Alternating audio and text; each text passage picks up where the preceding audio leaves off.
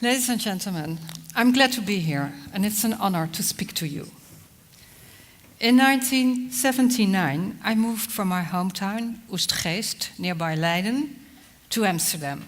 I was 18 years old, and I moved from the comfort of my parents' house to the Spartan conditions of a squatted building in Amsterdam. We occupied the old newspaper building on the Nieuwezijds Voorburgwal, still known today as the Handelsblad building. It was a vast space, it was cold, and there were plans to demolish it. Most of us then were students and artists. We started little shops on the ground floor. Artist studios and living quarters were on the other floors. Our presence and activities livened the place up, and what was once vast and cold soon became forgiving and warm. It was our home. Today, the building, which was supposed to be demolished in 1979, still stands and is still in use as a cultural hub. So, now, what's the point of this story, you might ask, besides me establishing my bona fides with you as a former squatter? Well, I think it presents us with two questions. First, was the building saved because of its great architectural design? And second, was it saved because we saw it in a different light? In other words, when we ponder the question of what design can do, should we be thinking about the design of an object or about our perspectives and ourselves too?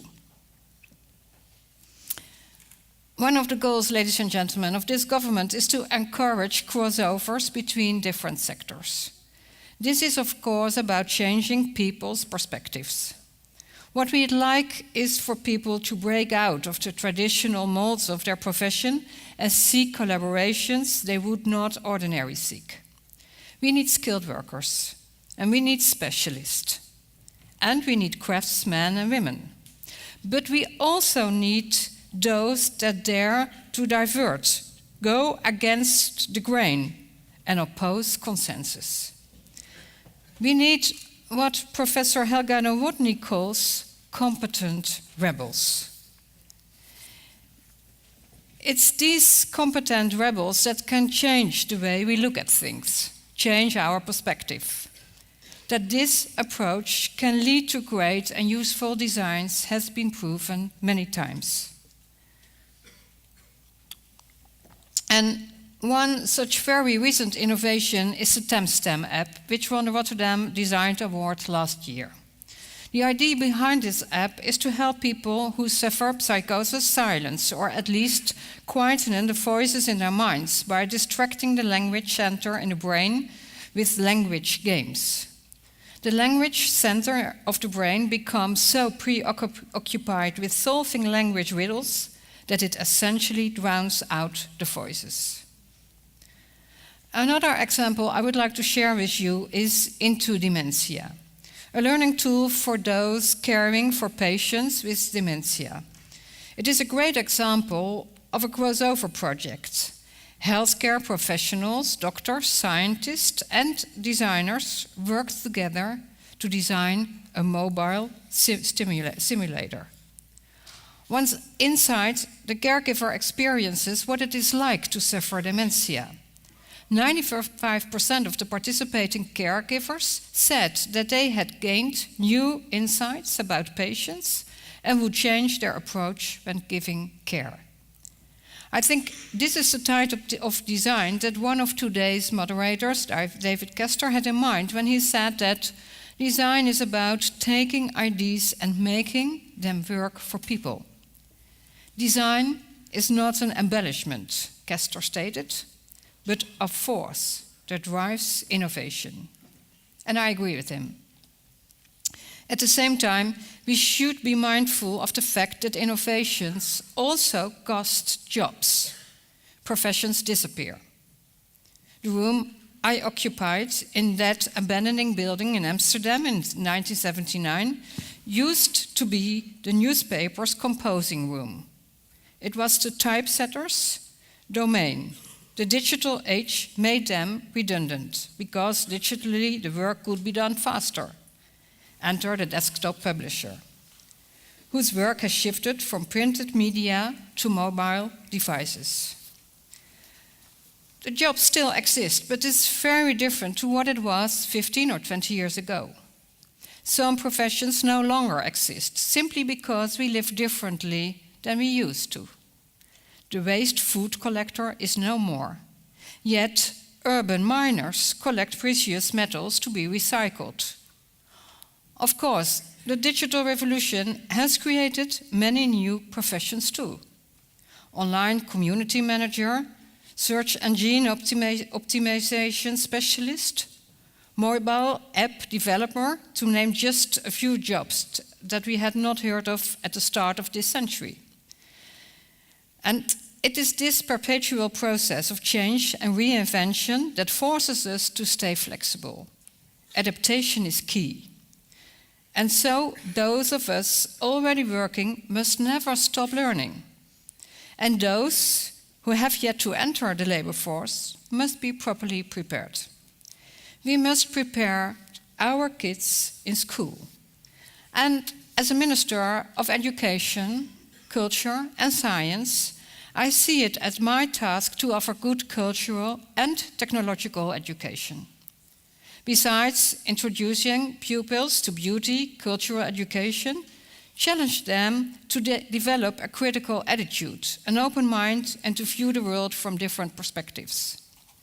It teaches pupils the importance of creative thought and new ideas. And technological education does the same on a more logical level. How does the world work? What is the connection between A and B? Can I influence that connection? There are all kinds of questions we want to incorporate in education. Combining specialists and general skills prepares pupils for perpetual change and reinventions. Competent rebels and specialists side by side. Our curiosity combined with our know-how. Our technical capabilities combined with our hopes and dreams. Our appreciation of beauty combined with our determination to create a better world. It's similar to occupying the Handelsblad building in 1979.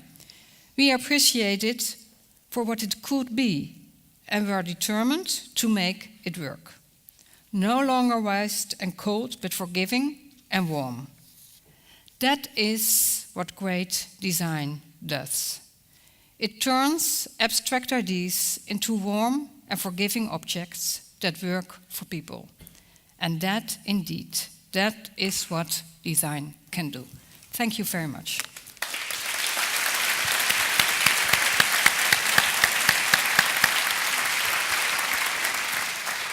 Thank you very much. Thank you for being here. Apparently you are very passionate about design. And I wonder, how would you transfer this affection to a group of young students? Would you take them to IKEA, or would you rather take them to the Stedelijk Museum?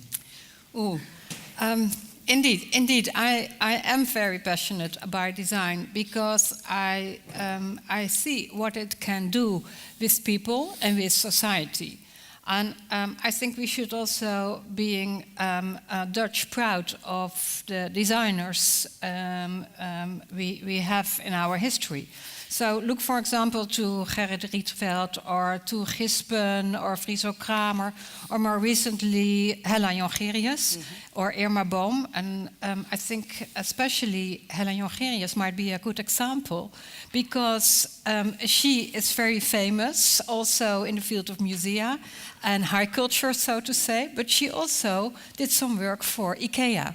So to answer your question, I should take them to both, to the Stedelijk, because you might say that's kind of haute culture you need, the innovations, the very new creativity that's being developed by artists. But I should also take them to IKEA, because I think the times that designers frowned up about IKEA is left behind us.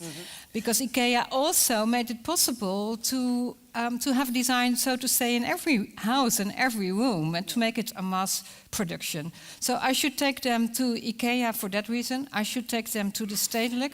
And I have to add, since I met my husband in the Stedelijk Museum, I should advise everybody to go there. So it's a very good place. But maybe some others find their partner in IKEA, I don't know. Anyhow, I should try both of them. In your speech, you talk about the need for competent rebels. Yes. And I wonder, what are, besides education, conditions to create these so-called competent rebels? Yeah, my answer should be education, education, and education. Because it's so important to, from a young age, to stimulate young people to be creative, to stimulate innovation, to stimulate entrepreneurship, and to develop the taste of beautiful things in life. So, you know, it should be education, but it should not only be cognitive skills. It should also be about creative skills, out-of-the-box thinking, and even maybe better, not to think in boxes at all anymore, but to stimulate freedom of thought and crossovers, to think not more in disciplines, but in interdisciplinary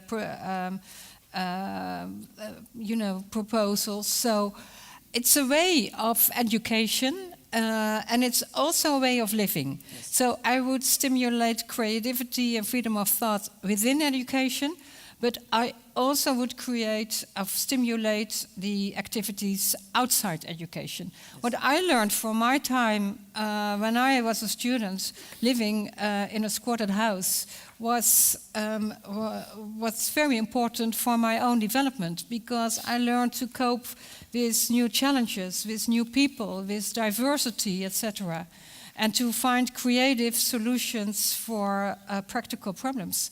And at the university, I learned a lot of knowledge of cognitive skills. And it is the combination we need both to create competent rebels. Thank you very much. Thank you very much for being here, Minister Jet Bussemaker. Thank you very much. Thank you so much. And have a good day.